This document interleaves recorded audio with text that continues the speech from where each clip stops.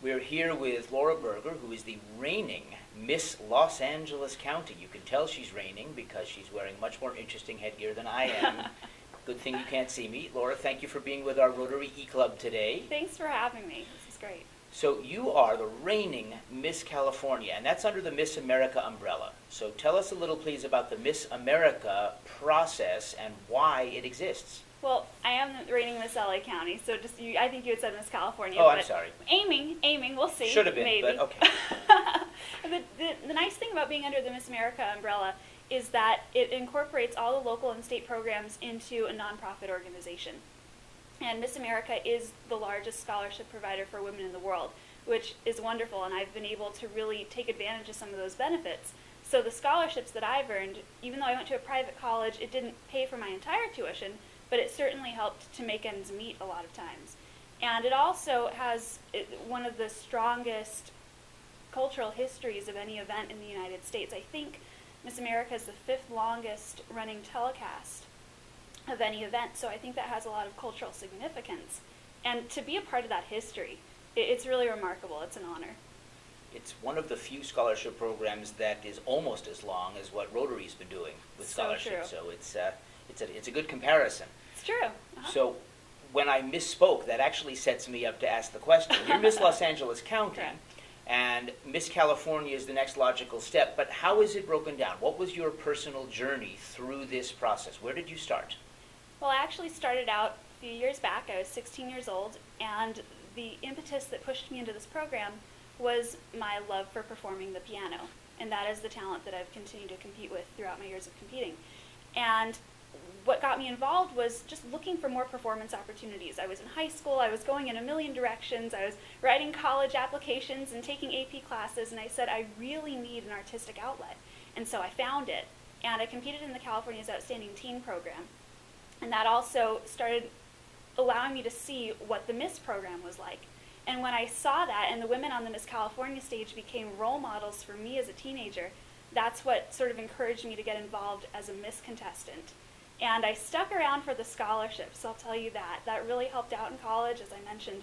But what's kept me around since then is really the commitment to community service. And I think that's something that just really is at the heart and soul of this organization. So what was the first pageant you entered in the process? I believe it was Miss Los Angeles County's Outstanding Teen competition in November of 2005. I don't like to think that it's that far back, but it is. So it's a while ago. Okay, so from that stage, what happens? Is it an advance by winning? Is it an advance by finishing high? In a way. In the Miss America program, in order to compete at the state competition, you need to win a local title first. So I'm Miss LA County, other locals are Miss San Fernando Valley, Miss City of Orange, programs like that. All of us are going to go on to compete at Miss California, or did compete last June. So that is sort of the next step. And then, of course, all the state winners across the country go to compete at Miss America. So the local title really is the first step in that journey. Now, when you participated last year, you came into the Miss California pageant as Miss Los Angeles County. Correct. What are the steps in the actual Miss California pageant? How long a process is that before they name Miss California? Night. Well, it's one of the best. I think it's about 12 days that we're in Fresno, 10 to 12 days. Maybe 10 sounds more familiar. It's a wonderful experience because we do so many community events the first few days we're up there. We'll meet with Rotary, we'll meet with the mayor, and we'll meet with the Kiwanis Club and do a lot of events like that in Fresno, and that's where Miss California is held.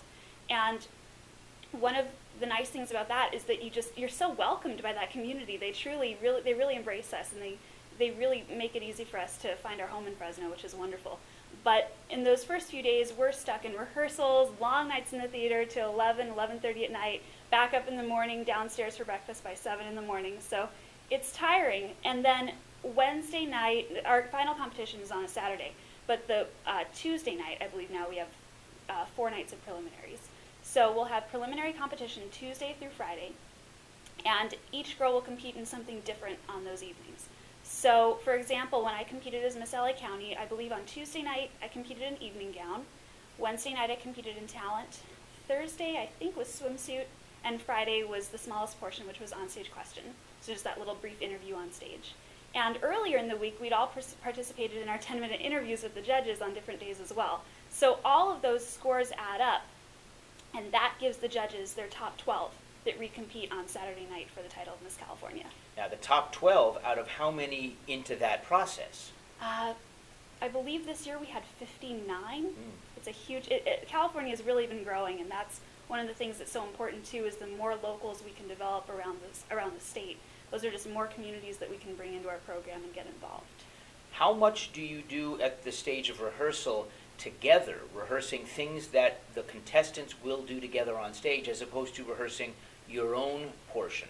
It's mostly things that the girls do together. We have opening dance numbers, and we have a dance troupe that comes in and teaches us the choreography. This year our theme was actually salsa, so we had a lot of really fun Latin music. So we had the opening number production, which is huge because all 50-some-odd girls, plus 35 teens that competed in the program, plus a dance troupe of about 10 dancers. So you're talking with a stage filled with over 100 performers, so it's a big undertaking. And there's the opening production, then the teens do kind of the background dancing in their physical fitness competition, and then the Miss contestants do the background stage movements in evening gown. And that's challenging because we actually wear evening gowns and do on-stage movement, sort of a dance. In the production number, in the gowns that we're wearing the night, we're not competing in gown. So if I were doing talent one night, during the gown competition, I'll be standing on a riser somewhere in the back of the stage in an evening gown, trying my best not to trip. And a bunch of girls will be on the stage doing that with me. So it's fun. And a lot of different stages. I'm glad you mentioned salsa dancing, because now you'll have to bring some of your friends to our Rotary Club's dance marathon for polio eradication. I think we can do that. I think we can manage. Middle of September, we'll talk. Fortunately, no actual dancing is harmed in the making of the evening, but we have an Arthur Murray dance instructor who helps us in our club. That's pretty fun. So it's fun. I have failed to learn several new steps in the last 2 years. I think I can get my salsa hips back in action. Okay. We'll talk. We'll have your people call our people. All right, well, we'll do. Now, Miss California is named, but you hold on to the title of Miss Los Angeles County, right, even though foolishly they chose someone else who's probably a wonderful person as Miss California. She was actually my co-title holder at the local level. She was Miss Culver City, and they crowned Miss Los Angeles County and Culver City on the same evening, same venue. So I got to know her really well, and she's one of those people who you notice when she walks into a room, and she just really lights up the room. So what's her name? Noelle Freeman. Noelle Freeman. Mm-hmm. Wonderful Miss California. Wonderful. And then she goes and participates now in the Miss America competition, right, or already she actually did that on January 14th, and she was 4th runner-up. Oh, so nice. She earned a lot of scholarships Good. that week. That was wonderful. And that's still what it's about as a focus. So, although you were only, and it's still pretty impressive, Miss Los Angeles County, what have you done since then in that role? Well, since then, it's difficult. I want to mention as I start out and speaking about this, it's difficult because we have such a large community. And Miss Los Angeles County is typically an open competition, which means that anyone from the entire state can compete regardless of geographic location. But since I am fortunate in that I do live locally, I've tried to really just get myself involved. Actually, just last week, I interviewed on a local TV station, Crown City News, to discuss the Miss America's program's relationship with the Children's Miracle Network hospitals. So, and to try and raise money and awareness for them. And that's one of the things I've done, visiting with our veterans at the VA rehabilitative, there we go, center. We had the same trouble when we were at that event with you. Right. It's a little bit of a mouthful, a little tricky to get out every once in a while. Sepulveda ambulatory... Ambulatory care, that's what something it is. like that. Ah, that's what it is. Anyhow. But I can't play the piano. Keep going. So I've done that. Oh my goodness, what else? A lot of events with our Lions Club in Culver City, actually an event with Rotary and Carson Gardena Torrance, and just as many things as I can do in our community, just as many connections open up as I can find. Now, you came in with a specific focus that you wanted to pursue in terms of community endeavors, using your position and using the crown. What has your focus been? Well, my focus over the years in Miss Los Angeles County has really been the promotion of the USO and just raising Americans aware, well, Los Angeles County residents, technically, their awareness of the USO, of its existence, and what it can do for our members of the armed services. And my goal in choosing this platform was to actually reinstate a relationship that the Miss America organization previously had with the USO. And one of the wonderful things that we did in the 1970s was take groups of state title holders, so your Miss Minnesotas, your Miss Kansas, all of these girls, take them overseas to perform for our troops and to be a morale booster. The problems that I'm encountering with that endeavor now is that the cost has risen tremendously. The red tape in terms of getting these young women overseas has also risen tremendously. So I'm sad to say that I don't know if it's going to happen, and I don't think it is, but my commitment to the USO is not diminished at all by the lack of that success. So, and also, I'm also very happy to say that the Miss America organization does do events with the USO on a national level. So the involvement is still there, and I think the two organizations fit very well in terms of mission, in terms of heritage, and truly just that American apple pie and baseball feeling that they both have. Now, you also have a relationship with the Miss America program through another key charity, the Children's Miracle Network. Yes. What have you experienced with that, and what is the connection? Well, each Miss America contestant at the local, state, and national level raises a certain amount of money for the Children's Miracle Network. And that's sort of our national platform as an organization, and Miss America is also the spokeswoman for the Children's Miracle Network on the national level. And my first direct experience with CMN, as we call it, was visiting Children's Hospital Los Angeles. And I think on the list of my life's impactful events, that would have to be toward the top.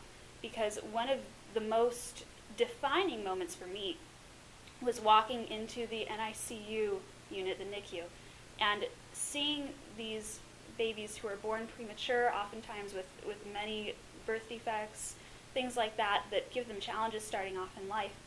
And I think what pulled at my heartstrings the most was seeing a child on an ECMO machine, which is ECMO, and I don't remember what it stands for, something very medical.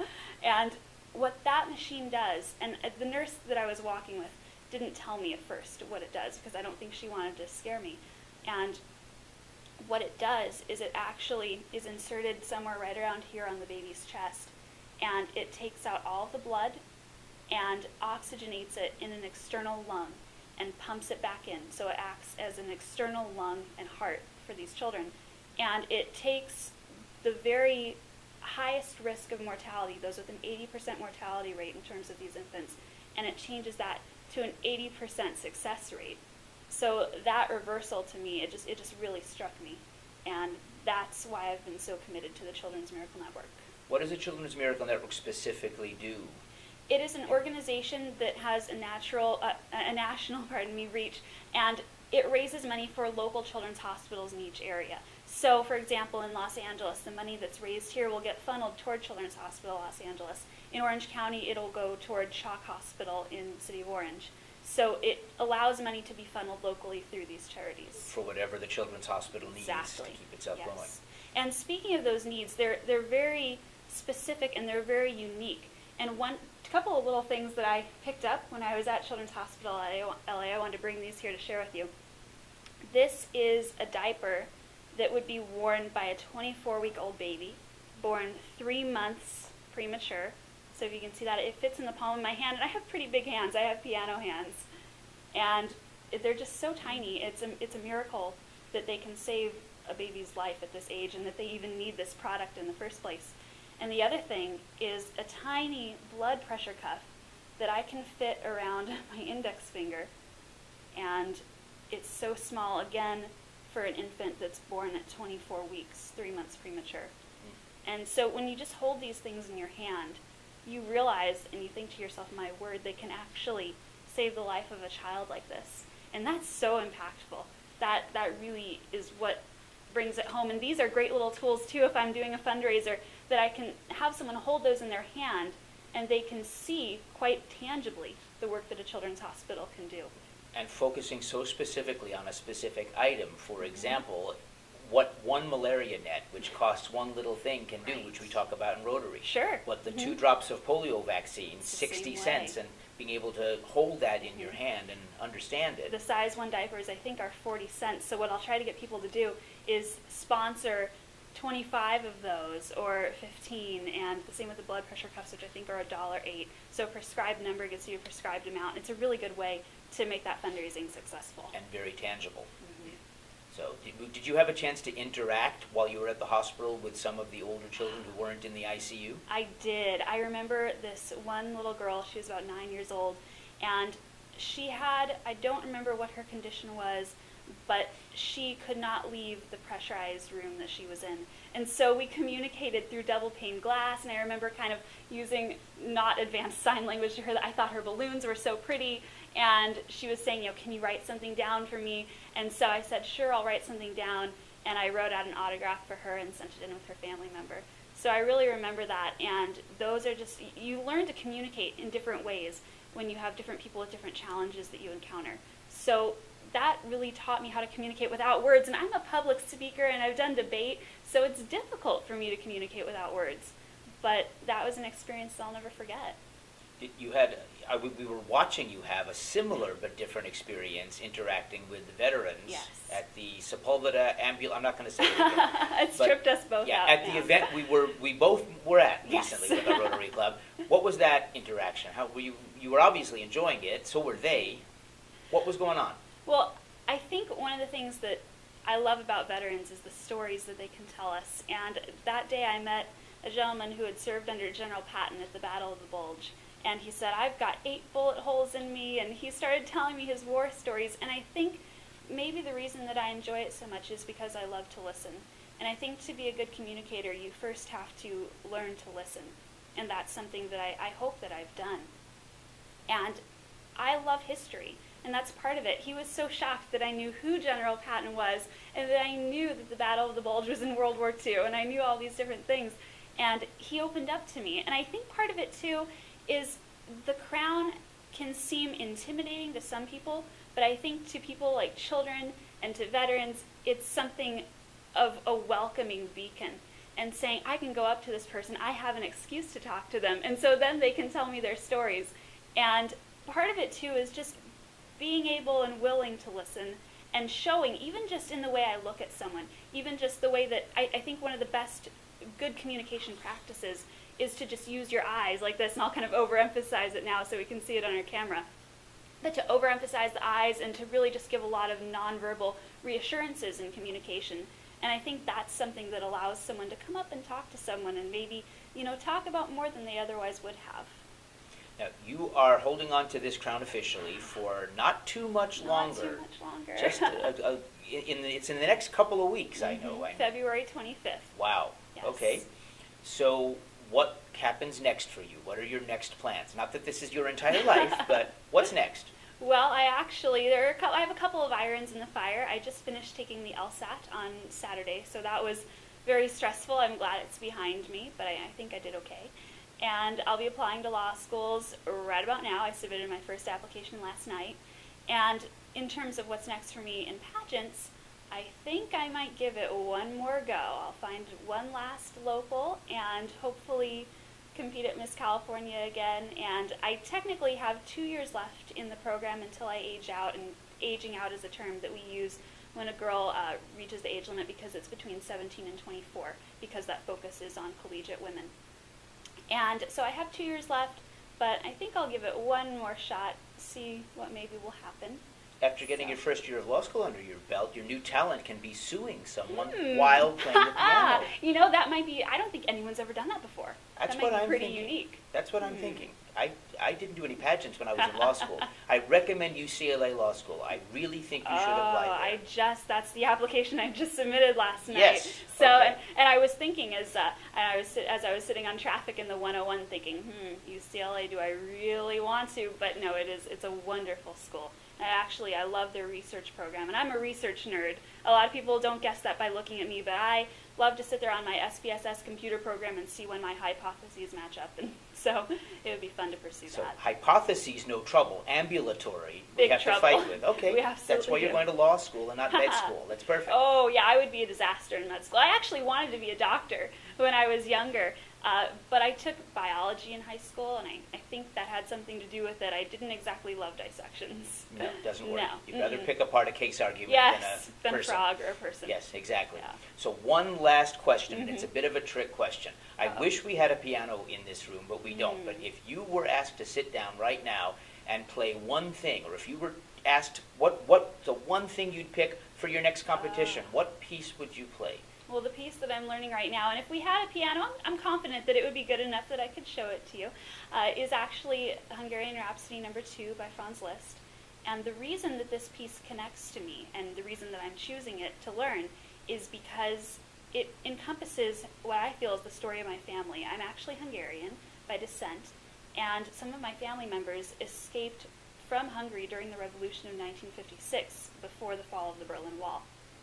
One of my favorite activities that I did in college was competing in a speech competition called Freedom Without Walls, Fall of the Berlin Wall, and that was hosted by the Federal Republic of Germany. So I shared my family's story in that speech, and I'll never forget it, the fact that I felt like I had this responsibility to pass on a legacy of freedom to the next generation. And I ended up doing pretty well. I won second place nationally, so that was a thrill. But that speech is something that lives inside me, and that's something that pushes me and motivates me. And when I play that piece of music, I can almost see my family escaping through, a dark wood, being led by a guard that they bribed to let them through. I can just picture it in my mind.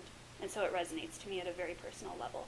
I am very happy that I accidentally asked that question. I am so happy you did as well. Because that's so much better than, because I like Beethoven or something like that. Though I do. That's good. Me too, because that's what Schroeder always played in Peanuts, and that's how I grew up. Actually, one of the things that I've tried to do as a performer, because I love classical music so much, is I try to pick pieces that have been used in cartoons. That's one of the other reasons I'm picking Hungarian Rhapsody, because it was used in a Tom and Jerry cartoon, and a piece that I've been performing for a while is Beethoven's Pathetique Sonata, which I learned growing up as one of the Carmen Sandiego theme songs on my video game. So I always try to make classical music relevant for my audience. You learned Carmen Sandiego growing up. I think Oh, that yes. probably hurts. But that's fantastic. Laura Berger, thank you for your time today with our Rotary E-Club of the Greater San Fernando Valley. Welcome. And we hope we can find ways to work with you. But I will Ah. tell you one thing as a Rotarian, and I'm going to waste the tape's time and say it on recording. All right. You are so obviously going to be a Rotary Club member someday as a community leader I with a hope good heart. so. Thank you. We're going to keep in touch with you think somehow, so. whether you're wearing the really bright crown or not. So thank you for being with us, Laura. We appreciate it. Thank you for your time.